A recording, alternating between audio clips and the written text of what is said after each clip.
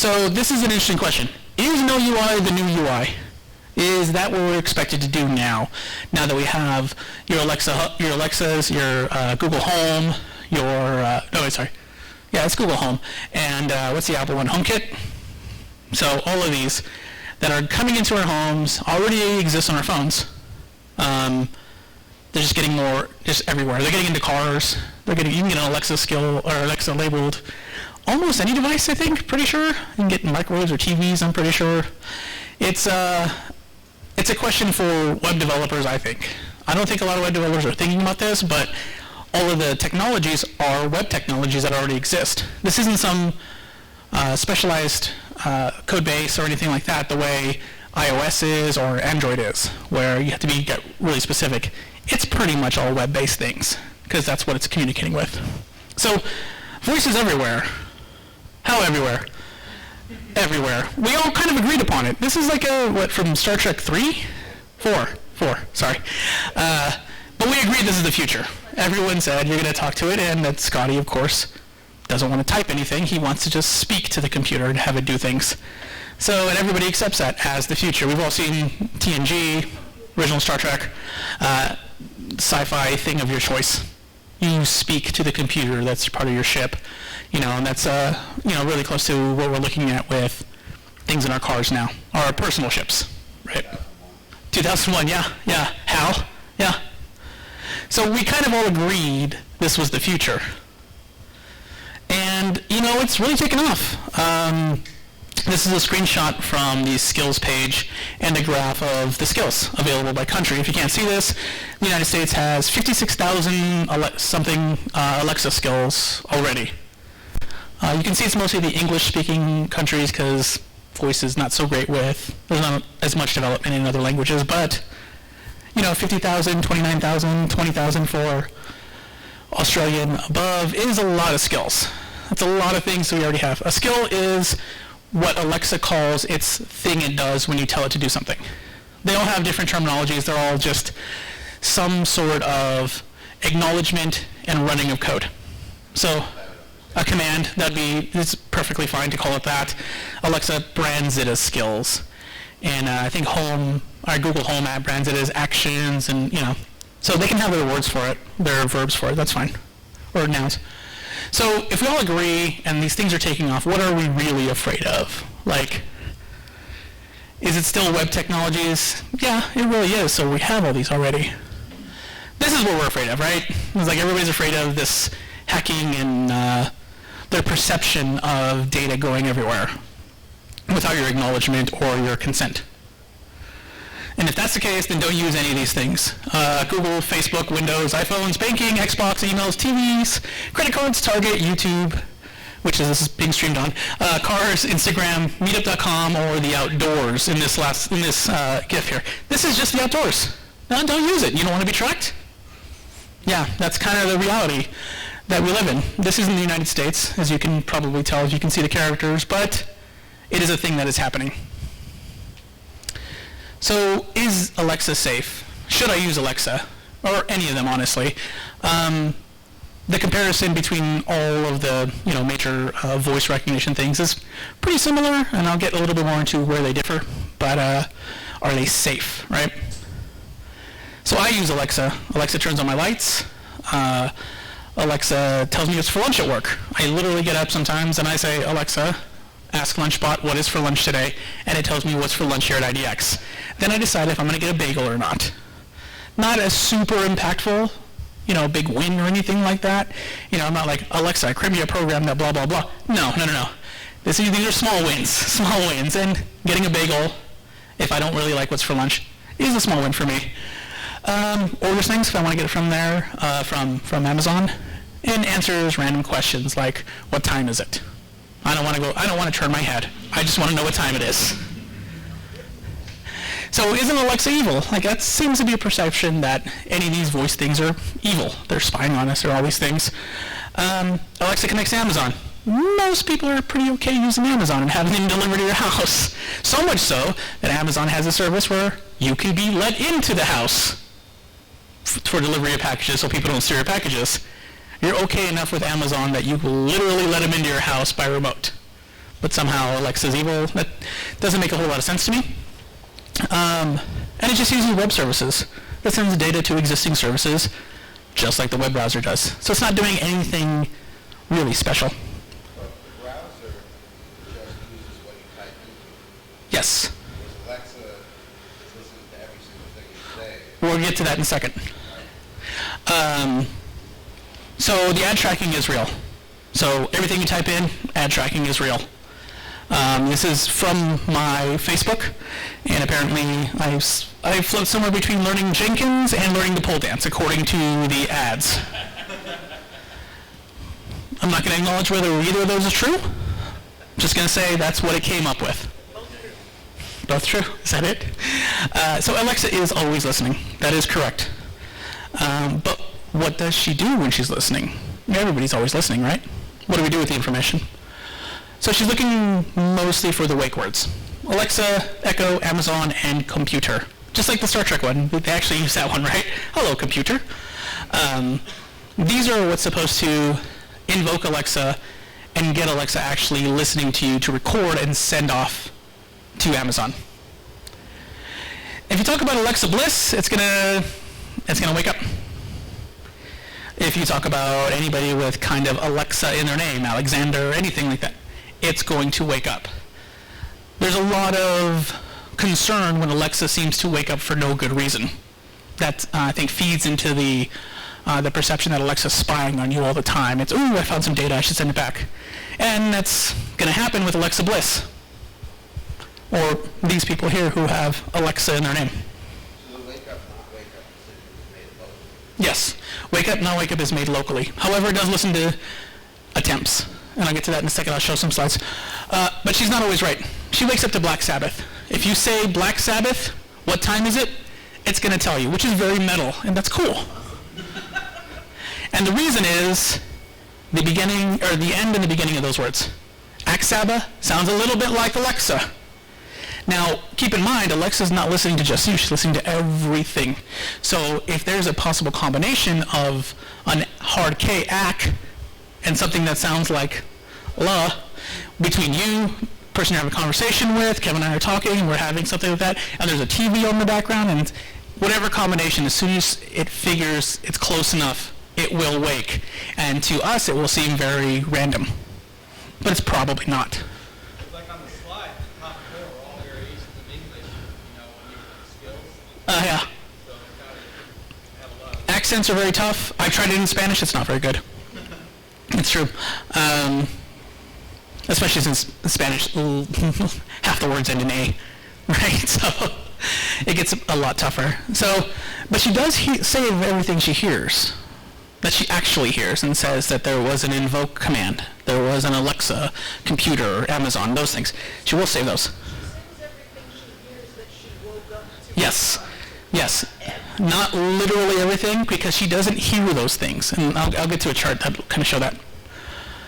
So you can go to the account and manage my voice recordings. This is a representation of the things she did hear and send back to Amazon.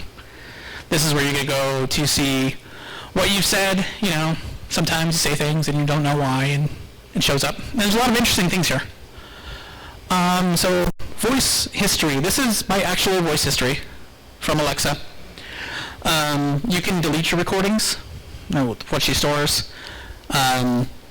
So I've asked what the weather like is, what the weather is, what time is it, things like that. And there's selected recordings.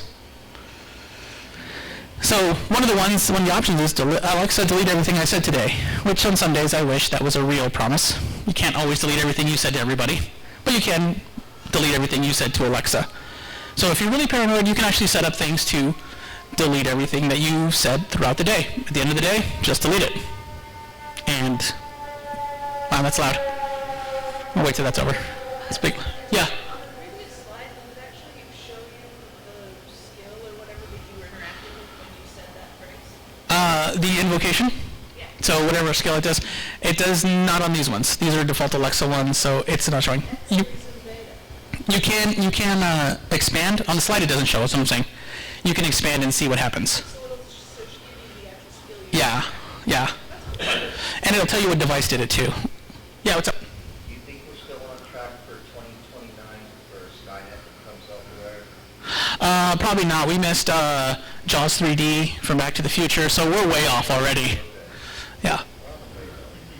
So yeah, it won't delete everything you actually say to people, but it will tell you other things too, like which Alexa device. I have 3. I have one in the bathroom, one in the bedroom, one in the living room. So you can see under here it says, what time on the date, living room, we have ask iHeartRadio to play Taylor Swift from the bathroom. That's because I was taking a shower, and I want to sing along to Taylor Swift. All lights on in the living room. That's at 12:34 a.m. I came home from the bar and didn't want to run into things. So these are really small, useful things I use it for. Again, ask Lunchbot what's for lunch today. I want to know what's for lunch at 9:20. Okay, I was late to work that day. So she also knows which devices you're speaking to based on the proximity, based on the volume, based on a couple of things that it goes back to Amazon and decides. I asked all lights on. All the devices heard me. The 2 that were furthest away chose not to run the invocation, so I don't invoke it 3 times. They say, nope, it was the living room one. That's the one he was speaking to. So it's recording things and analyzing things all the time when it gets invoked. When it doesn't get invoked, that's the real question for the spy stuff, right? So let's listen to the network. And I did this with the example I'm showing is from an article, but I did a slightly different method. So almost all the traffic is encrypted, which is a very good thing, right? You want your traffic to be encrypted when you're sending it out. And some traffic just pings a page for uptime. There's other traffic that's updates, because Alexa just calls home and says, do I need an update? But some of it's not, which is just that like ping page for availability. You don't need to encrypt that. It just goes to a blank Amazon page or something on an Amazon page and says, yep, Amazon's up. Cool. We don't always know what Alexa sends, so since it's encrypted, I can't look at the exact message. So how about when it sends the data? So there's a test from iot-test.org. 8 seconds of silence, asking Alexa what time is it, and then awaiting the answer. 8 more seconds of silence, Alexa, whatever you want to say, and then 23 seconds of normal conversation with purposefully not saying the wake word. I think they used Wireshark to intercept the traffic and see what was going on when the traffic went up. I used Pi-hole, which is just Raspberry Pi. This is their chart. I was too lazy to make a chart, so I use this, but I got very similar results. When the wake word happens, it spikes. It goes up because it's sending it back. The rest of the time, it's kind of not doing anything, and it's ignoring it. This makes a lot of sense because otherwise, I think Comcast and other ISPs would be like, wow, you're sending a lot of traffic. If it was literally listening to you all the time. And the computation power to filter out noise is another thing. Yeah, you have a question? I was just kind of curious. I see those little mini humps. Yeah. They look fairly consistent. Those are probably the pings back to that page I was saying to make sure that Amazon's up. Oh, okay. So not a lot of data, no data requested really, other than 200 probably okay. Nothing really sent back other than, yeah, I'm still an available service. So it's going to keep looking for those. When it can't find the service, like if you turn the network off, which I tried too, that ring just keeps spinning because it's trying to get a ping back that says the service is available. So the little consistent ones are probably just that. Again, most of it's encrypted, so didn't even bother looking at what it actually is, but that makes sense, right? So is Alexa spying? I can't say 100% because the traffic's encrypted. There's no way for me to say that your Amazon Echo didn't record a bunch of stuff and then waited until you said Alexa and then sent it up. That seems probably like more memory than it has on board. It doesn't have a lot. It runs a very stripped down version of Linux and doesn't have a lot of memory. It just does it when it needs it, which makes the most sense for how they're built. Keep in mind this is also the Amazon Echo Dot that I was testing. That means I cannot say 100% for any other Amazon-enabled device. Right? Maybe some of them have a crap ton of memory that I don't know about and are listening and spying on us, and they were just trying to condition us, right? I'm feeding the paranoia again. But I can say I'm pretty sure the Echo Dot's not spying on everybody. It just doesn't have the capacity and doesn't seem to send the traffic. that would warrant that level of suspicion. So I'm pretty okay. And my disclaimer is check your level of paranoia before purchasing. Instead of spying on everybody, it's like maybe spying. Okay, so that's an interesting point because they don't treat their data security the same way every other device does. So all the devices take samples and send them back when there's like a misinterpretation or something to further redefine their machine learning on the voice recognition. Can I connect that back to an individual? I don't know. Maybe you can, maybe you can't. That is a more general security concern, and is a general security concern over all your data that Google has, that Facebook has, that everybody has. Can I connect what's supposed to be anonymized data back to an individual? That isn't really an Alexa concern. That's an Amazon concern. And it's probably a concern for your general Amazon account. And again, your Google account, your Facebook account, your Apple ID, all of these. How do the companies treat that data, especially when they're running tests against it that's supposed to be anonymized? That is a legitimate concern. I can't say 100% on that one because just don't have insight. But I don't think that's a spying on me all the time concern. That is a concern of the data that's stored from me anytime I participate in any of these services. So Alexa does have skills. This is what they call the actions that, the tasks, whatever you want to call them, that Alexa can perform. Now, here's where I can actually take some data. Here's where I can maybe do things and say, is this Colin? Because now I am not Amazon, I is my own code. So if you use my skill, maybe I can. So there's another potential there. But again, these only work when invoked. They're probably not going to work just all the time, as that network chart kind of indicated. Also, she is crazy cool with that baseball bat, right? Anyways.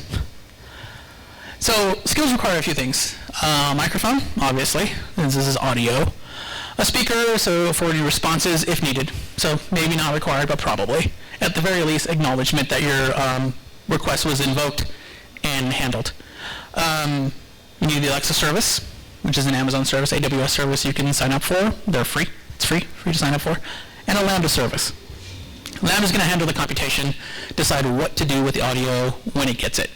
And by audio, I mean a JSON object that has the message in it, tells you what kind of message is between how you set it up. So you can connect the hardware wherever you like. This is a picture from a real big mouth Billy Bass that somebody connected to Alexa, so that way Alexa responds as big mouth Billy Bass. It's fine, it just mouths the words. And it totally works. They're hilarious. You should check it on YouTube. So here's a map of kind of how the workflow works. So Alexa, open Cakewalk. This is from their tutorial. And here's the audio. It turns it to JSON. It sends it to a lambda. A lambda hears the things it's looking for, or sees the things it's looking for, in the text, in the JSON object. In this example, it goes from S3 bucket and fetches some data, sends it back to lambda, which is JSON that goes back to Alexa. Alexa then says the things you want it to say. And that's a fairly typical workflow for pretty much any skill, right? You say something, it's going to go find some data or create some manipulation of it and send it back to you. She still listens for the wake word. Again, as for the paranoia, it's got to be the wake word, otherwise it's not going to work. So you can't just mine data from everyone and decide if it's Colin or not. You have to know it's Colin. And he's got to use the service.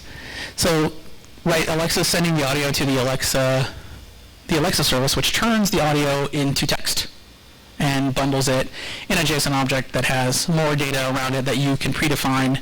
And we'll go through the UI really quickly, shortly. So here's the beginning of the UI. Sample utterances. The service that turns the audio into text and compares with your Alexa skill options for the next step.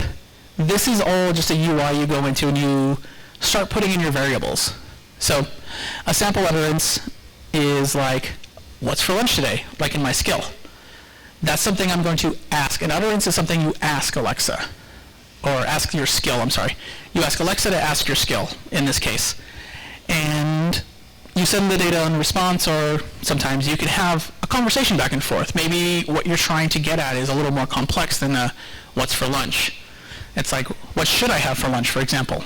Alexa might go, your skill might go to Yelp and start suggesting things. I don't know. Do you feel like Italian? Do you feel like this? And then based on your response, it's a call and response thing that you can set up. But then that goes back to my earlier slide, right? This UI, this UX, is in a place where there's no real UI. It's all audio, and that's that could be a totally another talk on how to deal with that. Well, you say there is a UI, It's not a graphical UI, yeah. So when we say UI, generally people think graphical UI. And yeah, if this was a design talk, and if I said no UI, everyone would just assume it's a graphical UI, even though that's not the only UI, right? Like Terminal isn't really much of a graphical UI, it's a text-based one. And this is just audio-based. So how do you deal with that? Could be a totally different talk about how we deal with the variables and how people say things, like in what order do they say things, and which one gives me the most coverage, and how do I handle edge cases at that point for the user experience. that's up to your skills though. It is up to it's up to your skill settings, yes. What Amazon gives you for free is it will transcribe what they said. And send it to another one of their services. But for you to think about the possible word orders, that's That is up to how you format your skill and what you expect your users to do in your skill. So for me, I'm the only user of my lunch bot, but I say, what's for lunch today? And I know to say that. But other people might say, what's for lunch? Not necessarily today. They might say, what is lunch? What about lunch? You know, all sorts of permutations of this. Do you have a question? Oh, okay. So we get that from this interaction, and it gets sent to Lambda. And if you use Lambda, or it doesn't have to go to Lambda, but in this example, it's going to Lambda. You can send it to your own server, honestly. But at that point, it's just your code to play with. You get a JSON object that says what the person asked for, some categories of, the kind of questions you're asking, and it's up to you. The rest of the internet's an option. So every data source that's on the internet, every API is an option. Your own stuff, things that they may have logged in, if you want to record these kind of deals and authenticate them in whatever way you choose. It's just web technologies at that, right? There's nothing Alexa special about this at this point. So I return a predefined response based on a REST API, or you could do a database too, obviously. So Alexa responds with audio, whatever I tell it to say, based on what you said. If it doesn't know, I handle for that. If it does get a match, cool, I handle for that. And then my big mouth Billy Bass now tells me what's for lunch, which I actually really would like to build one of these because big mouth Billy Basses are fun. So for the conclusions of this portion is, I don't think this is the end of audio interface. We keep doing it more and more. So with phones, now it's things in our house that are devices specific to this. Xfinity has a remote. You tell it to go find your stuff. Like, we're just adding them everywhere. The car, every place we can add some place where interaction is needed. This is not the end of audio interfaces, and I honestly think it'll be up to web developers to build it. Like I said, this is not like iOS. This is not like Android, where you need a different IDE and a specific machine. You can't build you can't build a lot of iOS apps outside of a Mac. No, you can build Alexa skills and Home and all of these on any machine.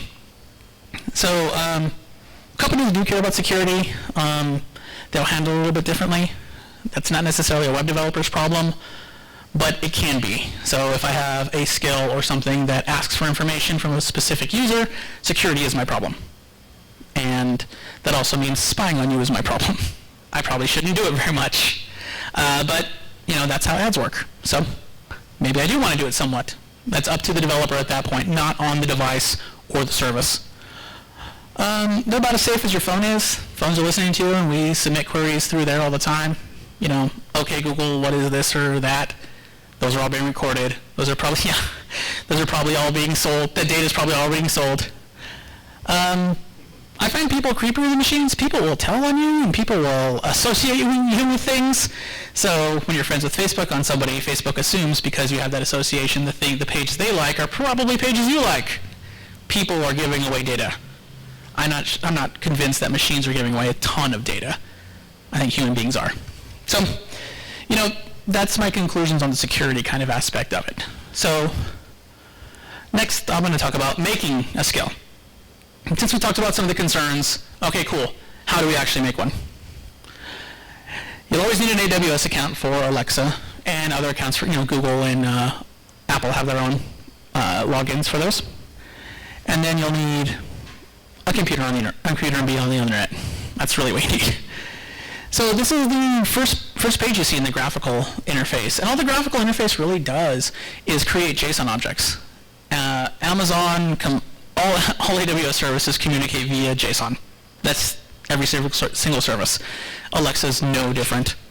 So you come up with your skill name. In this case, it's the next Web Devs Meetup, right? Makes sense for this. I choose custom. There's a bunch of smart home and templates you can pick from, which make it a lot easier. They're probably a little more verbose than I think I need for a really quick example. This is another example of something in here that could be its own talk. I considered doing a workshop, but I thought, this is actually really, really straightforward, so I'm just going to bundle it in here. Yeah, you have a question? You said you chose custom for this, but what are those three options actually presented? Flash briefing and smart home? Yeah, why did you pick custom over the other? I don't know what those are. So Flash Briefing and Smart Home, all the templates have more code than I actually need. I am doing one specific thing. I don't necessarily need to handle for all the errors, especially since I'm making this for me. Just like your own personal code that you run, you don't always do the most error handling and all that stuff, right? It's just for you. Your own bash script or whatever. As soon as you put it on GitHub and you want other people to use it, okay, now I don't want to look like a noob and I want to take care of errors and things like that. These have way more, and I didn't want to use those because I want it to be very small, because the point of this isn't a production app. The point is, how does this work in the first place, and then you can write your own code. Like most of the stuff I do, I'm not trying to teach people to code, just trying to get them to where they can code, because that's what everybody can do when you come to a Eugene Web Devs Meetup. So that's why I went with custom. So the vocabulary, invocation. This is what you ask Alexa to invoke. So the next Web Devs Meetup, or Web Devs, I think I called this one, Web Devs, is my invocation name for my personal skill that I can share with people, but it's not production. So you're going to have to say, Alexa, ask Web Devs, because now Alexa will look through the database of all skills created and find that unique name. And it has to be unique. It's like the way Amazon does S3, where you have to make unique buckets for the reasons that Amazon has. It will say something, ask, you can say things like tell. There's a verb in between there every single time. So if it's a purely output skill, you might say, Alexa, tell my bot to send a tweet, for example. I think that's a common one, a Twitter one. Intents. So these describe the actions that you want your invocation to do. And I'll show that a little bit more. But these are how we lay out the auto user experience when the blue ring wakes up. So Alexa, ask Web Devs for the next Eugene Web Devs Meetup or something like that. Now I've paired my invocation and my intent. And these are the variables that you're going to put into the GUI that Alexa has, or you can write your own JSON from scratch if you make them all the time. So yeah, Alexa ask Web Devs when is the next meetup. An invocation and an intention are built to the expected request. The reason we want these things separated is so that when we send it to the lambda function, it knows which piece is which. It doesn't necessarily know the invocation. That is just so we don't run the lambda function all the time. But the intent is what the lambda function may need to know. So your skill may do more than one thing. It may get data, it may send data. So when you say Web Devs, or ask Web Devs for the next meetup, you might, in another instance, say, tell Web Devs when the next meetup, because I'm too lazy to go post it on meetup.com, I just want to do it through Alexa. So then the GUI sends you through this checklist. Invocation name, intents, samples, and slots, the build model, and the endpoint. So the intents we already looked at. The samples and slots are going to be more sample utterances, things that you might say. So this is going to be your permutations of your request. When is the next Web Devs Meetup? Tell me about the next Web Devs Meetup. Whatever things you think the user might try and ask your skill. The more robust the grouping or the list of these utterances, the more likely that Alexa is going to completely understand and send things correctly off to Lambda. The build model, this is all of your settings, which is the invocation, the utterances, the samples and stuff. This is the model that it sends off to its machine learning stuff to know what to expect when it hears the audio and then turn that into text. And then the endpoint is, in this case, Lambda, but it could be your own custom server. So all of these things work together. You need all of these for a skill to even be testable. So it builds it all. Like I said, it does its own machine learning. Again, there's another place where it could be a whole other talk about how does it do this, what does it do in its model before it sends it off, and what are they trying to improve on, but that's a machine learning talk. So I use web devs for the invocation here. Like I said, ask web devs. I create custom intent, next, well, that's a typo, NewxtMeetup and utterances. And actually, so the typo actually brings up a good point. You might want a handle for that, the way a lot of people do for URLs, where they buy the common typos and then redirect. You might want a handle for this kind of thing, depending on what you're trying to say. There are some gotchas here. Alexa's not good at acronyms. So not good at names that aren't really English. Not good at a lot of things. So sometimes you kind of have to test and cheat. So an example would be here, IDX. It's not very good at IDX. I think the best utterance that I wrote was EYE space DEEX. That one seemed to catch the most. So it's not always one-to-one where I type the thing and it's going to show up. Sometimes it's dealing with people's accents, inflections. Alexa's not good at inflections. When you get angry and you start yelling at it more, it does not listen to you anymore because your voice changes dramatically. So handling for all of the sample utterances is good. Again, that's a user experience kind of deal there. So we ask when the next meetup is, and now that is the experience, right? That's the experience I'm expecting. So for this, I need a Lambda. Cool, I have the utterance I need. I have what I expect the user to ask. I need Lambda to handle for this. So the documentation's not so great about telling you about the skills kit. You need to enable the skills kit in your Lambda. And if you've been to like the Lambda workshop, there's like a drop down in Lambda where you can say what triggers this Lambda. API gateway, for example, CloudWatch events, changes to DynamoDB, things of that nature. Alexa skills is one of them, and you need to put in the skill ID. I'm not worried about people copying that because I'm going to delete it. So we code the Lambda. I use Node to make an Axios to make a REST call for or to meetup.com, so I can get the next meetup. This actually won't work because the next meetup is not scheduled, so that's why I'm not demoing it, because this is the next meetup. There's no more past this, so it won't work. So this is what Alexa posts to Lambda. And you can't really see this too well, I know, so I'll kind of go through real quick. And this is kind of a stripped down version. It sends that there's an application, and it sends an ID from this application. This will be your skill. It sends the type. This is an intent request, so I've already defined an intent. This has been identified as an intent. It's not an ask for help. It's not a cancel. These are different intents that come bundled with most of the default stuff. You can create your own. So this is really helpful when you start doing more call and response kind of Alexa skills, and you need it to know that asking for X means Y, and asking for and the response to Y means Z. So you start chaining them together to get a different intent. Locale, if that's important, timestamp, if that's important, the name of the intent, and the confirmation status. So confirmation status is when Alexa says, do you mean blank, for example.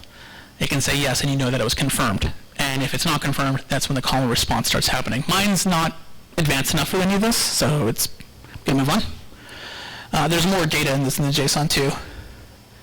So what we want to send back is something as small as this. This is like the minimal JSON payload that I can send back and get my Alexa skill to work. The version, the response, I'm going to do plain text in the output speech. The text is, the next Eugene Web Devs is now. Cool. And that's pretty much it. Should end session true. Again, play text if there's a reprompt, if that's an option. So that's what's going on right now. The next Eugene Web Devs is right now. If it's outside the time range, according to what Lambda has to say, then I change it. And in the Lambda, I set up a few functions. And these, again, are probably the bare minimum. Like I said, you can get a lot more complicated with this because you're dealing with an interaction. And just like on a web page, when you're dealing with interaction, you have forms, you have buttons, you have responses to filling out the form, you have responses to clicks here. It gets, the decision tree gets just as complicated. So I have get NewxtMeetup, which just hits the API from meetup.com. On launch returns a response if no intent is passed. So sometimes we say things like, we could say something like, Alexa, ask Eugene web devs, and we'll stop because something interrupted us, or something on television, somebody's talking to us, whatever. What does Alexa do then? That's like the most basic error handling. Or, it says, Alexa, ask Eugene web devs, and then you sneeze, right? You still messed up the query to Alexa. So handling that's probably a good idea. And in most skills, this is going to be Alexa responding with, you can ask Eugene web devs for blah, blah, blah, blah, blah, to prompt the user if this is the first time they're using it. But again, that's user experience. And then on intent, the intent request and the next meetup are passed to build that JSON.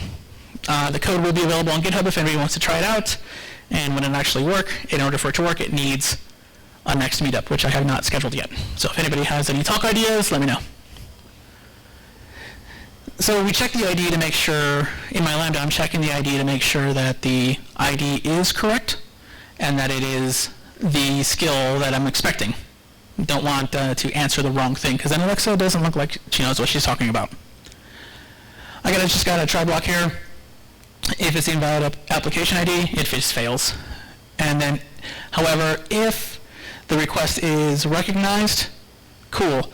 We go ahead and pass that to that function that gets the meetup and triggers all the other things to build that JSON response. And that's it. It's really not more than, is this the right ID? Was this the right question? It matched. Cool. Send back the next web devs if there is one, or if it's right now. And then that's all just based on time. I think I use Moment.js for that. You can then test your code. In order for any of this to work, all of those other pieces have to work. You have to have an intent, you have to have sample utterances, and you have to have a lambda that will return some kind of data. The console provides a tester. You can type it in or you can speak. If you want to test the your invocation stuff and you want to just speak it out loud to really feel that user experience, you can. Or you can just type it in. It usually is better to type it in at first and then decide what you need to, start going through the permutations of naturally speaking at it to see how well it responds. This is kind of how I came across the IDX thing, where I was like, wow, it has no idea what I'm saying if I don't type it. After that, it's just distribute. You put it into its, like the skill store, I guess. I'm not sure what it's called. It's probably what it's called. And then people can go find it. You can find it via your phone, you can find it via the web, and add it to your account. Once it's added to your account, then you can start using it. So they ask a lot of questions. Yeah, what's up? I think you might actually be about to answer my question. Can you make a skill that doesn't go in the store, that's only for your own use, that only you can invoke on your device? Yes, and that's what I've done, and that is keeping it in beta. So It's in your account, it's beta, that's not in the skill store, because you can invoke it on your account, your devices. yes, Your account. anything in beta is only invocable on your devices, and in order to get participation in that beta, you have to be invited. So I invite myself to it, and then I can put it on my devices. Yeah? So you have to log in with Alexa, the Flex thing. So do you have to use the same Amazon account both to get that to work? No, you can set it to any email. So if your Alexa is on a different email than your Amazon account, it will still work. However, you have to allow the email account to that Amazon account that owns the Alexa, and then it will get to work. You had a question? So do you just renew your beta every 90 days? Because I thought the beta canceled itself out after 90 days. Yeah, that's pretty much what they do. And it's fine. Build a skill to do that? I can build a skill to do that, actually. I'm pretty sure I can. That would be a CloudWatch and a Lambda that will go and find it and update it every 90 days. Is a beta skill. My lunch? Ask Lunchbot once for lunch. No, you'd have to opt into that, and I'd have to send you an email for it because it is beta. In order to go public, there's more requirements. They want things like a logo, they want things like a verbose description. They have a lot of questions about, is this going to be monetized? Can I buy things through here? as soon as your skills start to get more complicated, you need to provide more and more information about the intent of your skills. When it's just for me because I want to know if I need a bagel today, I'm okay renewing that every 90 days. What's the requirement on the unique name? If it's beta, do they care if the name's not unique? I believe they do care. It's got to be unique even for a beta. Yeah, I think it's like S3 rules where your buckets have to be unique. So you snagged lunch box. Yeah. There is another lunch application from a school that sometimes Alexa will get confused, especially, I mean, it's the morning, I'm groggy, and maybe I don't speak so well at 7 a.m. or 9:30, whenever that one said I actually went to work. So it ends up suggesting things that it finds in the store for it. So there is one that's lunch, and I don't remember the name of the school, but it is their school menu, and they have set it up. So, and it's like a long name, like their blah, blah, blah, school lunch. So it suggests that when I can't find mine, because I'm not speaking very well, but in order for me to publish mine, I can use Lunchbot, I believe. So yeah, all of these were privacy and compliance. Just you get really quickly into the same kind of like questions that Android and iOS ask. What is the point of this? What is your logo? Is your logo any good? Is your description any good? You have a terms of service. Do you have a page that explains for support? A page that explains for the expectations on it, things like that. And that's just pretty typical publishing stuff into somebody else's store. A lot of services do this. Google Apps is the same way if you want to publish stuff like that, believe. So that's just a simple Alexa skill. That's all it's going to do. Like I said, the code will be on GitHub. If you want to look at the lambda, everything else is just JSON between them. And that's pretty much it. Like I said, it's pretty simple and straightforward. There really isn't much more to talk about until you get into what kind of skill you want to make. Do you want to make one that has a conversation with you? Do you want to make one that allows you to buy things? Those kind of deals. But other than that, that's about it, everybody.